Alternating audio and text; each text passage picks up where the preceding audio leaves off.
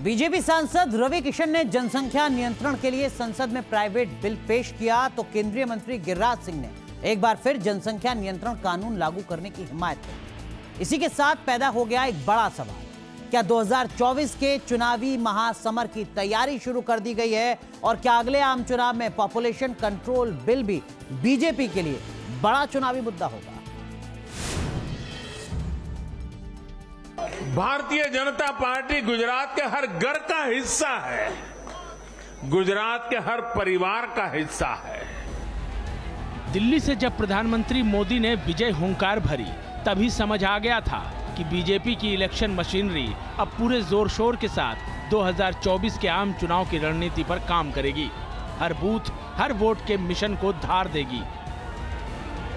BJP का mission तो समझ आया, लेकिन इस प्लान को पूरा करने का हथियार क्या होगा, इस पर मंथन चल ही रहा था कि गिरिराज सिंह मैदान में कूद गए।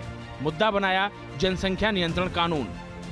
चाइना 1 मिनट में 10 बच्चे पैदा करते हैं, हम 1 मिनट में 32-33 बच्चा पैदा करते हैं। तो हमें उनके बराबर अगर जाना है तो हमें भी जनसंख्या नियंत्रण कानून लाना होगा। ऐसा कानून जो चाहे हिंदू हो, मुसलमान हो, सिख हो, ईसाई हो, जो ना माने उसकी वोटिंग राइट समाप्त कर दें, सरकारी सुविधाओं से वंचित। इधर गिरिराज सिंह का बयान आया और उधर हिंदूवादी संगठनों ने अपने अपने तर्कशों से बयानी तीर चलाने शुरू कर दिए।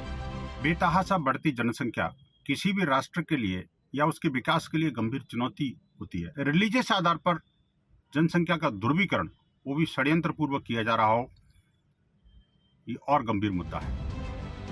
गिरिराज सिंह ने पिछले एक हफ्ते के दौरान दूसरी बार जनसंख्या नियंत्रण कानून पर बोला है और पैदा कर दिए हैं सियासी कयास। क्या गिरिराज सिंह इशारों में बता रहे हैं कि जनसंख्या नियंत्रण कानून ही बीजेपी का अगला चुनावी एजेंडा है? क्या गिरिराज सिंह ये बता रहे हैं कि यूसीसी और पॉपुलेशन कंट्रोल बिल के जरिए अगले चुनाव में प्रचार को धार दी जाएगी? और सबसे बड़ा सवाल, क्या जनसंख्या नियंत्रण कानून जैसे मुद्दे पर बीजेपी विरोधी खुलकर मैदान में आ पाएंगे? तीसरा सवाल इसलिए भी अहम है क्योंकि बीजेपी की पिच पर आकर खेलना अब तक मोदी विरोधियों के लिए घातक ही साबित हुआ है। राहुल गांधी को ही लीजिए, भारत जोड़ो यात्रा कर रहे थे, अचानक जय सियाराम पर आए और नतीजा क्या हुआ वो गुजरात के चुनाव ने बता दिया। अगर बीजेपी वाकई जनसंख्या नियंत्रण को बड़ा मुद्दा बनाकर उतरेगी तो पार्टी न सिर्फ अपने एजेंडे को आगे बढ़ाएगी बल्कि विरोधियों के लिए भी मुश्किल पैदा कर देगी कि वो इस मुद्दे पर हाँ कहें या ना।